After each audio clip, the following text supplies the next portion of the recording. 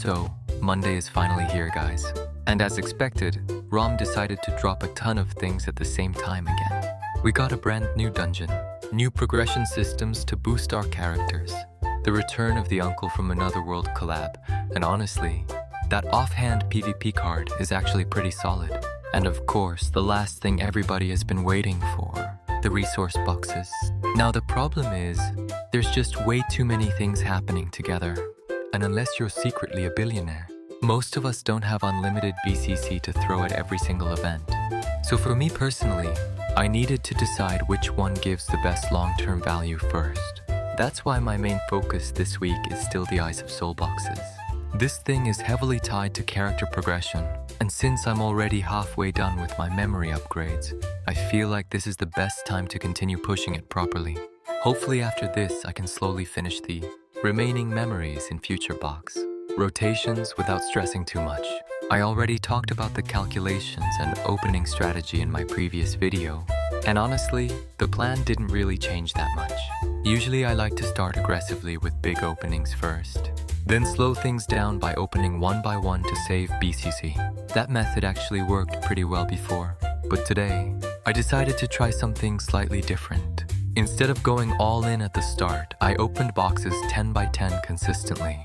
And yeah, turns out this strategy felt way less effective. After opening around 222 boxes, I only managed to get 14 Eyes of Soul. Now to be fair, that result isn't terrible. If we compare it to the truly cursed people who hit pity almost every single time, I'm still luckier than that. But at the same time, spending close to 4,000 BCC, which is around 500 USD, just for progression materials still hurts quite a bit. So for the sake of my sanity, I decided to put a hard stop on the memory boxes for now. I'll settle at around 20 Eyes of Soul total, and after that, I'm shifting my focus toward the collab card from Uncle from Another World. But like I mentioned in the previous video, this collab lasts for an entire month, so there's really no need to rush too hard. I'm planning to take it slowly and build the currency step by step. For now, I'll start by using all the free resources available first. Then after that, I'll refine and recycle extra costumes that I don't really need anymore. With this process, I think I can secure around 50 collab currency for now, which is roughly about a quarter of the total requirement for the card. Hopefully next week, once the wallet recovers a little bit from ROM abuse, we can continue the grind again. Alright, I think that's all for today. Thank you so much for always hanging out and supporting the channel. See you guys in the next video.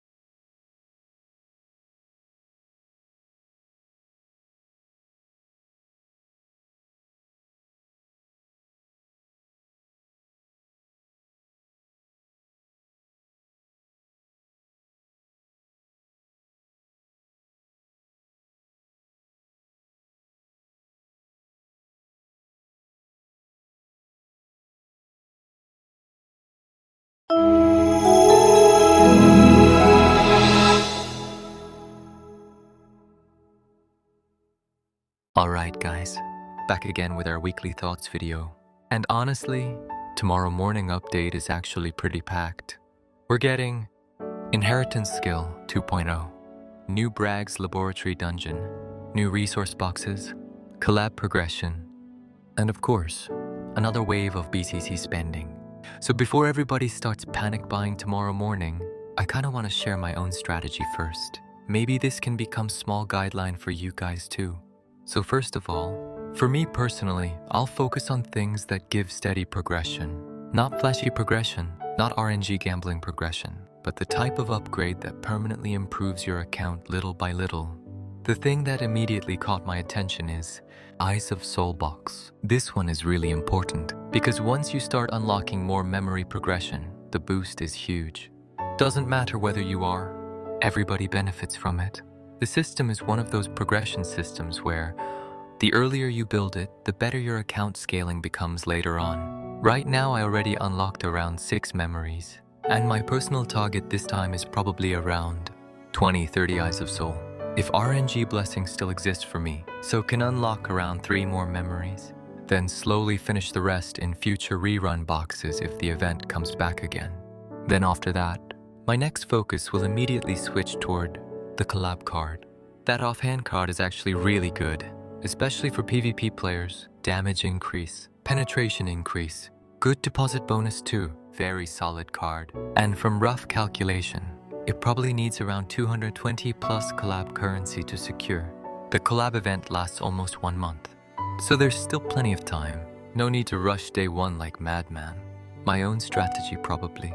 Slowly gather currency, recycle unnecessary collab HG, open boxes little by little, then secure the card safely. I think this card has much more long-term value compared, especially if you don't already own premium offhand PvP cards. For the other boxes, especially the new Bragg's Laboratory Dungeon currency, wait and see first. I want to understand how the system works before throwing resources into it. I'm kinda mixed about the direction, because the new crown equipment update actually looks interesting. Sadly feels slightly tied into another layer of P2W progression again. I know, most of us already expected it. At this stage of ROM, the developers probably still need ways to monetize updates and keep the game alive. So whether we like it or not, this is probably the direction the game will continue taking.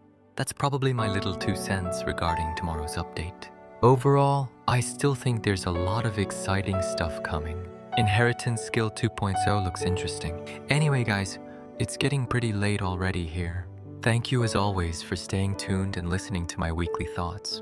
Hopefully this little discussion helps you plan your resources better for tomorrow. Take care guys.